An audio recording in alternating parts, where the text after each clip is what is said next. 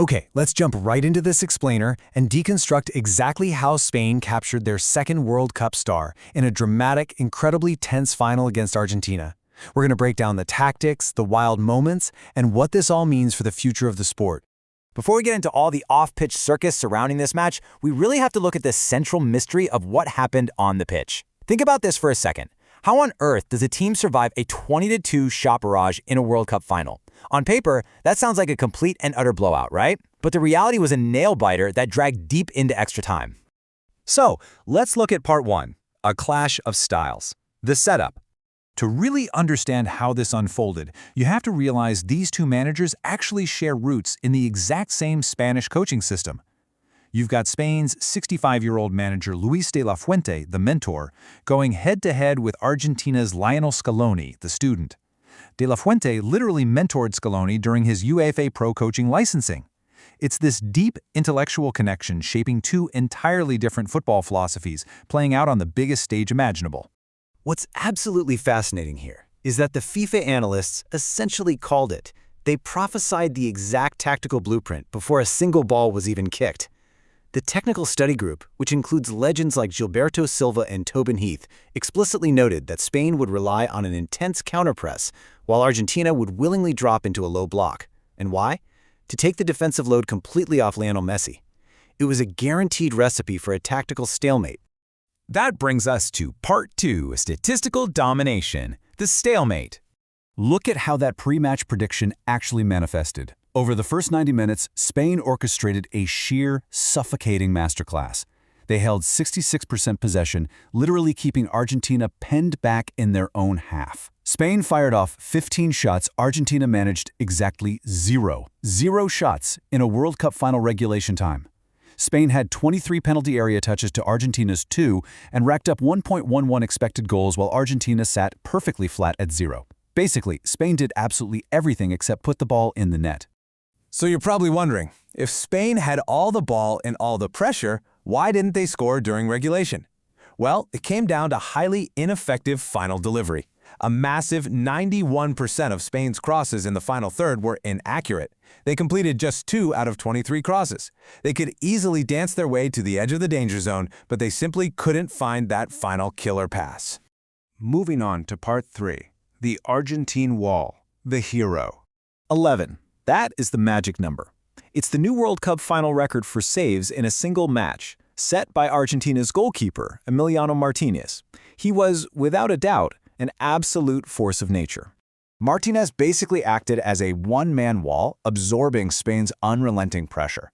He prevented 1.29 expected goals entirely on his own, making 10 saves just in normal time, which included 3 massive big saves.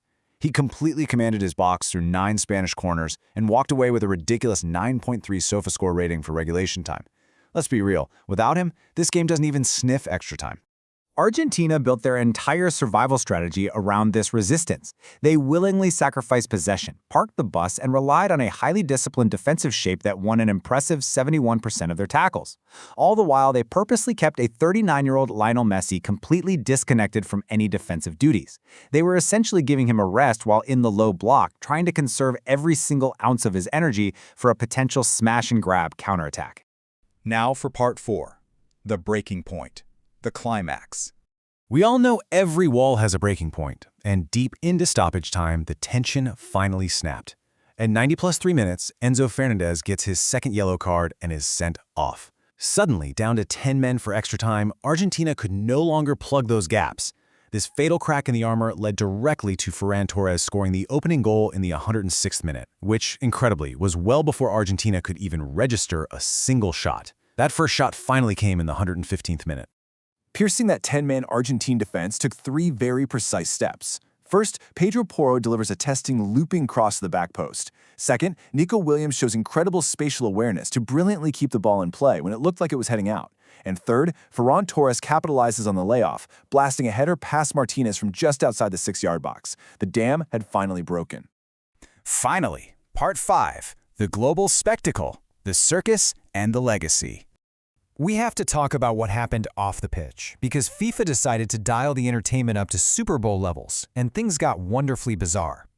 We had performances by Shakira, Madonna, BTS, Justin Bieber, Burna Boy, and somehow a speech by Tom Cruise.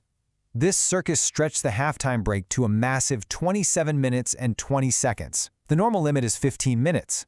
Ironically, this absurdly long delay played right into Argentina's hands, giving their completely exhausted defenders a massive extended rest. And the crowd itself was just as star-studded as the halftime show. Neutrally speaking, this gathering of world leaders and politicians is a massive testament to the tournament's sheer global gravity. You had FIFA President Gianni Infantino sitting in a private box right alongside Donald Trump, Canadian Prime Minister Mark Carney, Mexico's Claudia Sheinbaum, and King Felipe of Spain. The entire world was totally captivated by this stalemate. There was also a really surprising twist of legacy here. Messi's inability to score in the final had a direct impact on the tournament's biggest individual award. Because Argentina was shut out until that 115th minute, Messi finished with 8 goals for the tournament. That allowed France's Kylian Mbappe to essentially steal the Golden Boot with a historic 10-goal tally. When the dust finally settled in New Jersey, the literal payoff was huge. Spain took home a massive $51 million, alongside their hard-fought second World Cup star. Argentina, despite their incredible defensive resilience falling just short at the very end, still took home $34 million as the runners-up. I want to leave you with this final thought as we wrap up this explainer. Spain only conceded a single goal the entire tournament, utilizing this suffocating control to win their second star. Is this methodical, collective dominance the absolute only way to win on the world's biggest stage? Does possession-based counterpressing represent the unstoppable future of international football? It's a huge question. Keep pondering that, and thanks for joining me today.